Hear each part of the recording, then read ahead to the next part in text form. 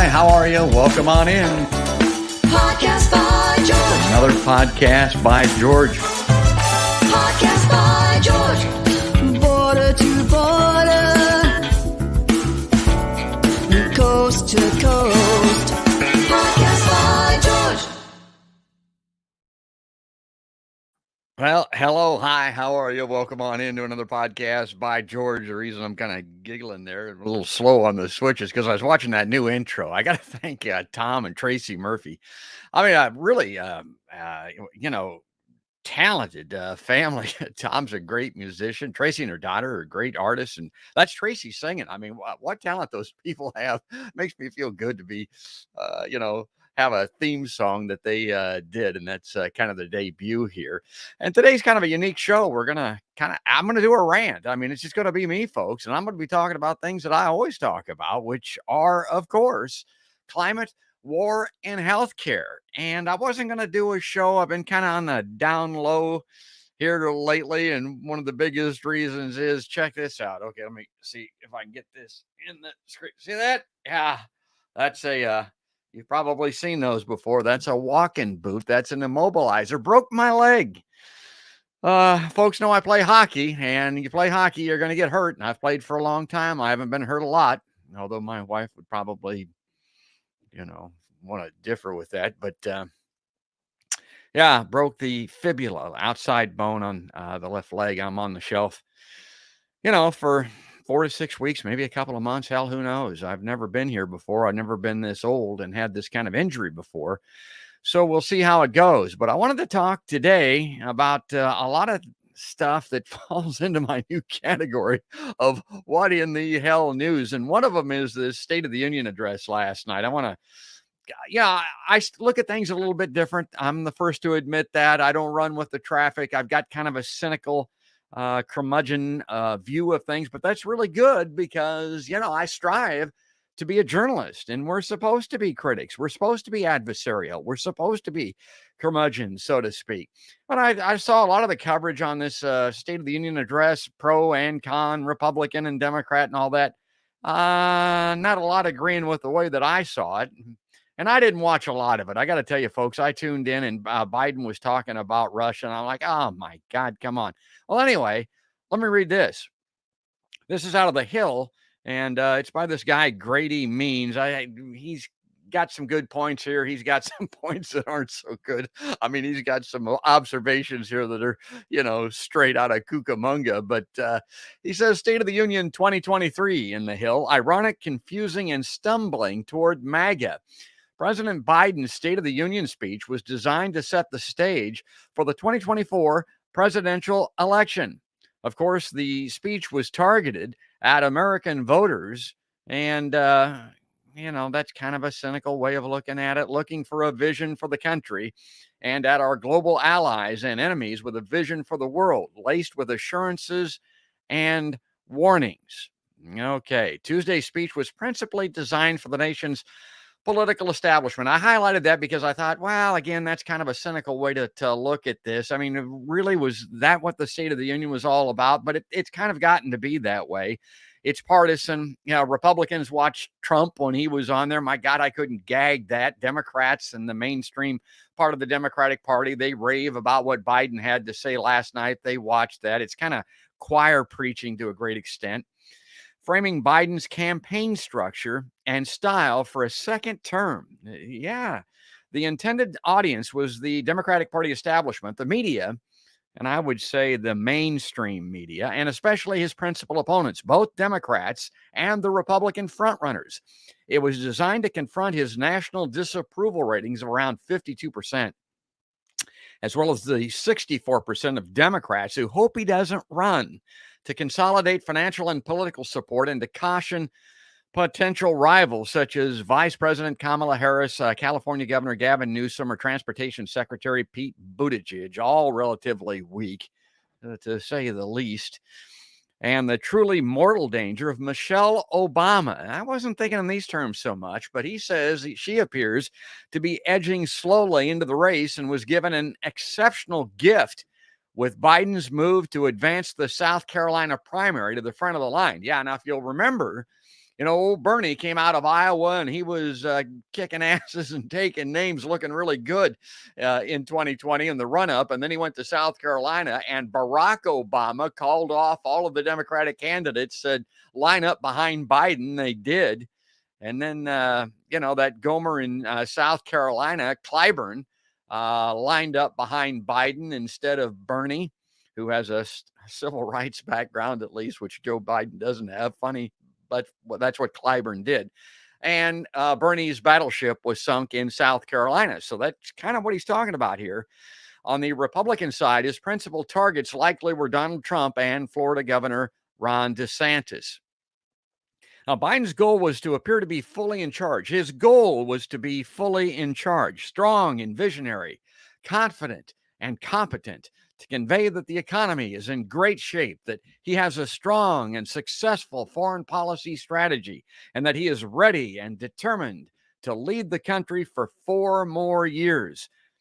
The context is that he is at great risk, and one major stumble could end his political career. His position is precarious and subject to losing a lot of ground if America enters a recession caused by inflation and Fed action. Now, if America suffers foreign policy embarrassment or defeat with China, Russia, Europe, Iran, North Korea, Mexico, Latin America, and this is where the Kookamunga stuff comes in here, we're not going to suffer any defeat at the hands of those nations. Are we going to suffer embarrassment? Yeah, well, we've been embarrassed all along, including the false flag in Iraq. Go back to Vietnam and the lies that prevailed there. I mean, the Bay of Pigs, if you want to go back, that you want to talk about embarrassment, my God, we've had plenty. I wouldn't be worried about that necessarily. Or if a more serious scandal erupts from investigations into his son Hunter Biden's business dealings or the classified documents found in Biden's home and office. That's kind of Kookamunga, but not really. I mean, let's see what comes of that. All right. So this guy writes, so how did he do? In a word, awful. It was probably one of the weakest, most incoherent State of the Union messages in history. Well, he's competing against Trump. So, I mean, that's not neck and neck, maybe. His domestic rival saw an unconvincing and highly vulnerable target. George W. gave some pretty meandering, vacant stare State of the Union addresses as well, folks. America's global allies and enemies likely saw a president who is obviously impaired and, in turn, a vulnerable American. Now, was that too harsh? Let's continue here.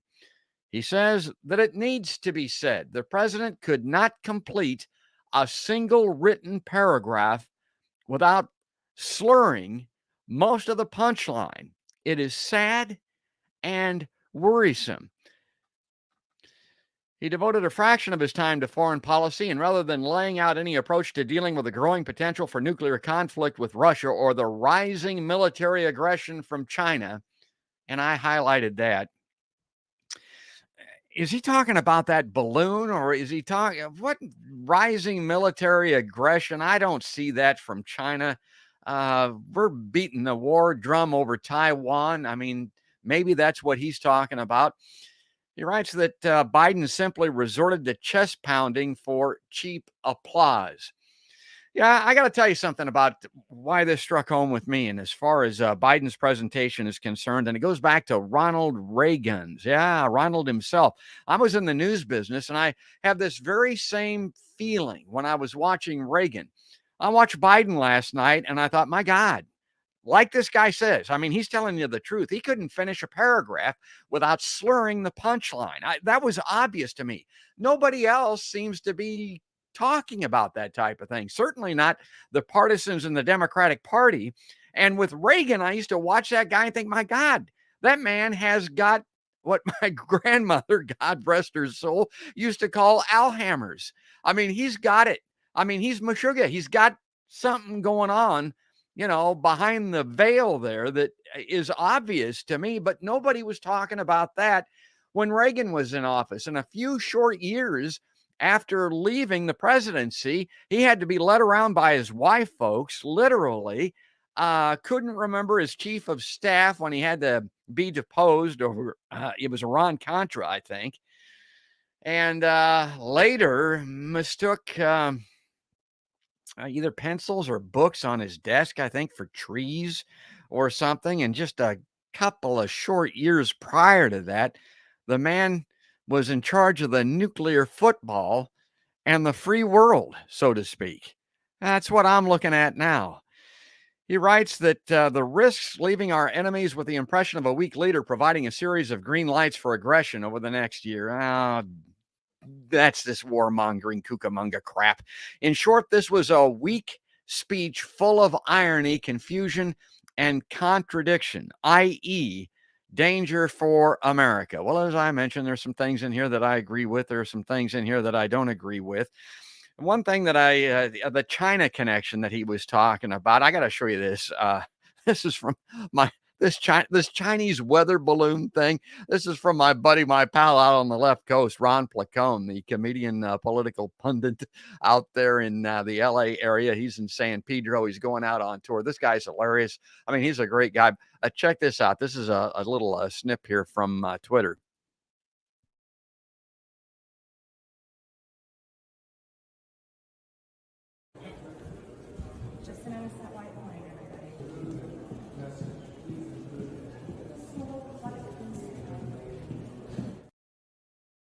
Is embarrassing to the United States and embarrassingly stupid. She's walking around the Capitol with a balloon doing what do they call those things? Physical prop presentation, can't they? Something a middle school teacher would do, or worse, a middle school student. And she gets elected. My God, this is one of the most powerful people in the world running around out there doing that type of thing. On the other side of the aisle, you got AOC waving her arms around, making stupid comments, doing nothing but tweeting, not making any difference whatsoever, not digging her heels in against the establishment and trying to make any change. So, I mean, it's rife on both sides of the political spectrum, but that's Marjorie Taylor Greene. And it has to do with this Chinese balloon thing, honest to God. And I had a little segment prepared for this to talk about that, a balloon flying over Canada into Montana over Ted Turner's ranch. He was probably taking a leak in the backyard, went across America, and they shot it down with an F-22, a $35 million fighter jet, shooting down a balloon. I couldn't say it any better than the great Lee Camp, and I've had him on my show before. There's his live line graphic. God, go back and check that out. Matter of fact, I traded an email with Lee this morning. I'm hoping to get him back on it soon. But this is something that Lee had, and you can check out all of his stuff on leecamp.net. But here's what Lee had to say about the great, the Looney Ballooney. Here we go. To talk more about this, we're going to have the former national security advisor under the Biden administration, John Bolton, here. Thank you so much, Ambassador, for being here. Now let's pause there. What do you notice about introducing John Bolton? This guy is a 100% a known war criminal. This guy is one of the architects of the Iraq War that I talked about earlier. This guy wants to bomb everyone. This guy would not be happy if he dies before there's all-out nuclear war. That's his goal. He has never met a bombing he didn't want to happen. So the idea that CNN, which Fox News will tell you is a liberal outlet, right? Right-wingers will tell you is a liberal outlet. In many ways they are. But in many ways they're not. This is a far right-wing idea to introduce John Bolton as a legitimate human being, not a fucking slime mold. I mean, this is everything that's wrong with our mainstream media. You are introducing criminals and telling people to listen to them. Think of how she introduced him. She just said, it's great to have you. It's an honor to talk to you, Ambassador. This guy, he doesn't just not deserve your respect. Like, it would have been one thing if he came on and she was like, oh, we got John Bolton here. That would have been better. But really, it should be way beyond that. It should be like, I'm about to speak to known war criminal and known liar, John Bolton. So anything he says, you should see it through that lens. War criminal, liar. will never tell you the truth unless the truth serves his propaganda. That is the only thing you need to know about this guy. Now I'll speak to him. If they did that, then I'd be like, all right, they're talking to a war criminal. They've prepped people. They've warned them. But no, this is who we're going to for a legitimate analysis of the freak out over a Chinese weather balloon. And I don't know if I need to tell you guys this, but China has satellites all around the world. We have satellites all around the world. Russia has satellites all around the world. We're all watching each other. They're all spying on each other. The idea that China could only get a real picture of the United States if they sent a fucking balloon from Montana to North Carolina, from Alaska to Montana to North Carolina, is the only way they could get a real look, is the dumbest shit I've ever heard. This freak out over this balloon is everything that's wrong with American propaganda, with American media, with American government. This is bullshit. To talk more about this, we're Okay, so there you go. I mean, honestly, I love Lee Camp. Yeah, it is bullshit. And I look at that John Bolton. My God, I can't believe, and I've said this on my show a lot, I can't believe that they still get a platform. That John Bolton guy, that Jim Clapper guy, honest to God, what are they doing on these mainstream media outlets? Misty Winston calls John Bolton the death walrus.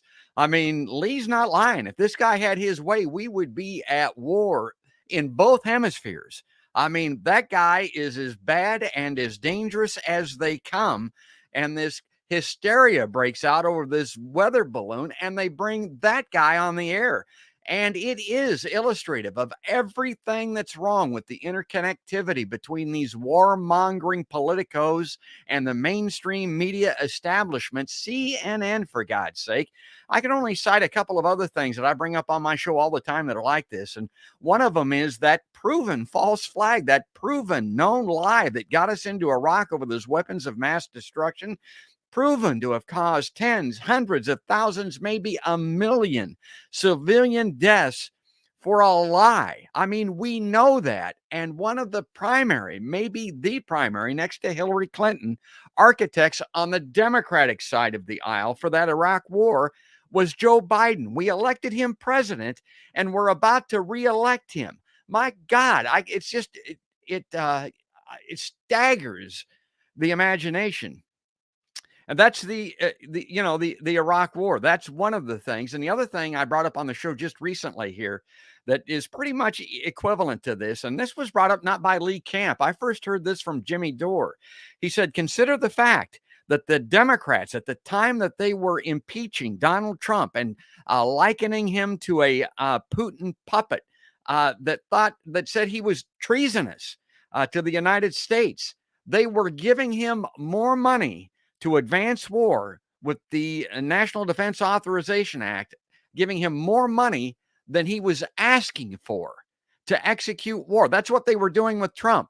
The Republicans, meanwhile, and look at their response, their reaction to the State of the Union address. Oh, my God, do they hate Joe Biden, folks? I want to tell you something. They would like to hang him up, tar and feather him at the very least. That's how much they hate him. They're doing the same thing. They're giving Biden more money to prosecute war around the planet than Biden himself is asking for. So you look at these situations and they fully illustrate the life and death circumstance that we're in around this planet that we live on. And if we don't take action pretty soon, as I said on the show, we're going to be a cinder block orbiting the sun, folks.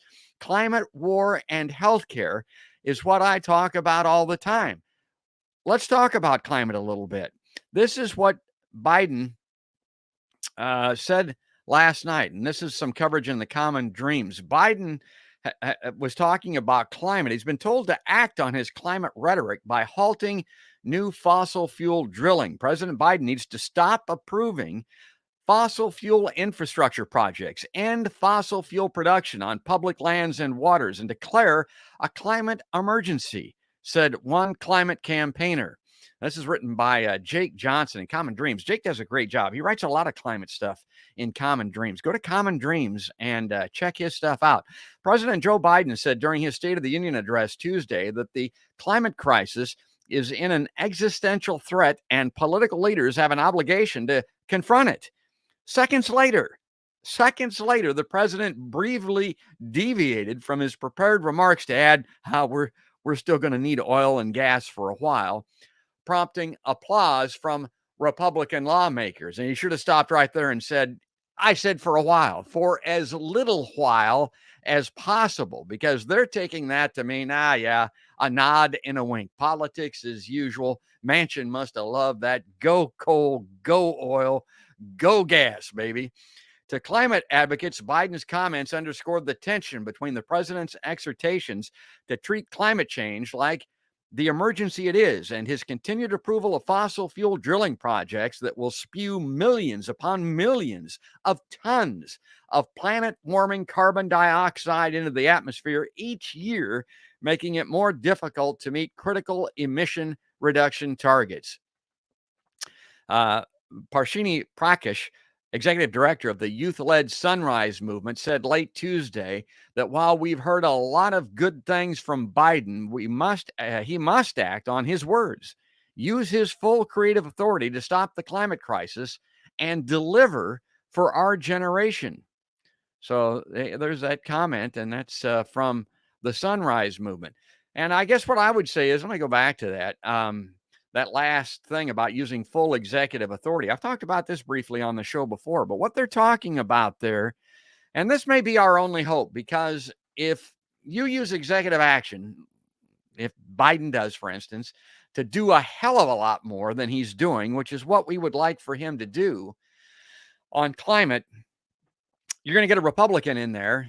God perish the thought, a return of Trump or this DeSantis dude or some Kookamunga, to use the earlier term, that's worse than both those guys, which is completely possible, according to Chris Hedges.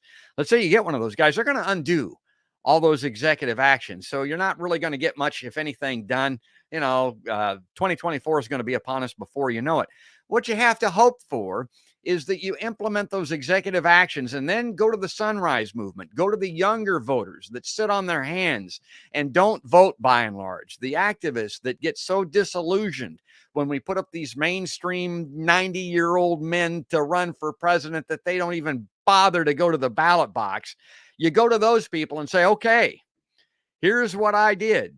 I did what you wanted through executive action. The only way that it's going to continue is if you continue to put me back in office or somebody like him that will continue these policies. Because if Trump gets in or DeSantis, it's all going to be undone immediately. So go ahead and do those things through executive action.